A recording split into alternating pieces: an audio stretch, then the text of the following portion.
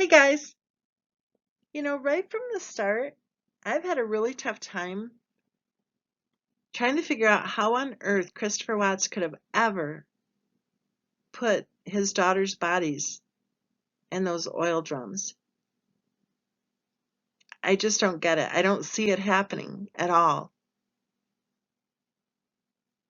I don't understand how on earth a father could go from being basically a primary caregiver of his daughters, right? Since the day they were born.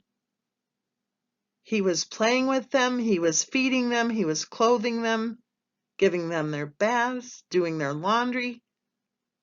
When he would work all day long while his wife sat at home making videos, he would drive the work truck to the house after work, change his clothes, hop in the car, drive up to the daycare center and pick up his daughters. So he was even the parent who was picking the kids up at night, right? And it isn't like he was just picking them up on his way home from work. He was heading home, changing his clothes, right? He was taking care of those girls from the time he picked them up from the daycare center until they went to bed at 6:30 p.m., right? Look at those videos.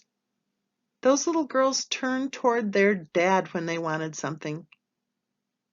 When they were hungry, when they were thirsty, when they were cold, they turned toward their father. When they wanted to play, when they wanted attention, because they knew he would give them attention. Look at the body language. They turn toward him. They are familiar with him. They are comfortable with him. They're not scared.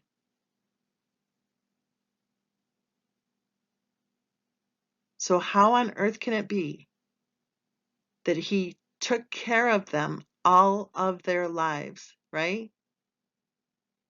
How on earth could it be that he could ever harm them in any way? I just don't think it's possible. I just don't. And like I said, right from the start, that whole scenario of him putting their little bodies in those oil drums, it doesn't make sense.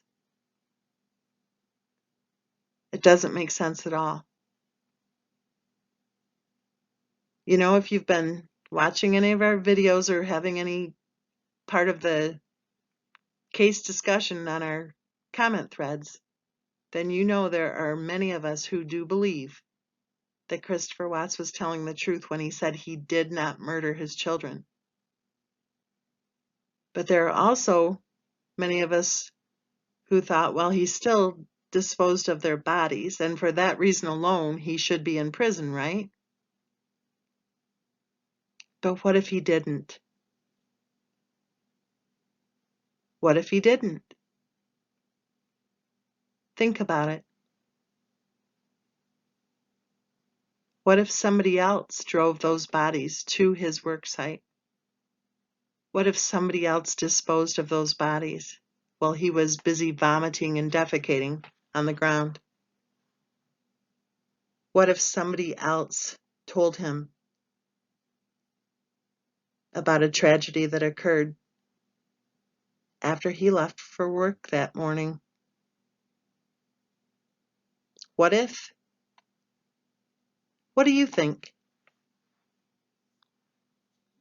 And you know what? Before anyone goes all weird and starts yelling and screaming in cap letters on our comment threads, I do have the right to ask questions. I do have the right to state my opinion. If my videos bother you so much, don't watch them. It's pretty simple, right? And I want you to think about something. If you're one of the attackers, are you running around the Avery case discussion groups telling them to stop talking about the case? No, of course not. There are all sorts of people in this country and all around the world who are signing petitions. In fact, I think one petition got 100,000 signatures, 100,000 signatures, saying Stephen Avery is innocent. Well, if that's okay with you, then why are you having such a conniption fit about people who are saying that, in their opinion, Christopher Watts did not murder his children? Shame on you. Shame on you for thinking that you can try to shove your narrative, force feed your narrative onto everybody else. You go right ahead and you believe what you want to believe, but you don't run this channel and you don't run our opinions on this case. Just like nobody out there is running anybody's opinion on the Stephen Avery case. People are free to have their own opinion on true crime cases that are in the news. Got it?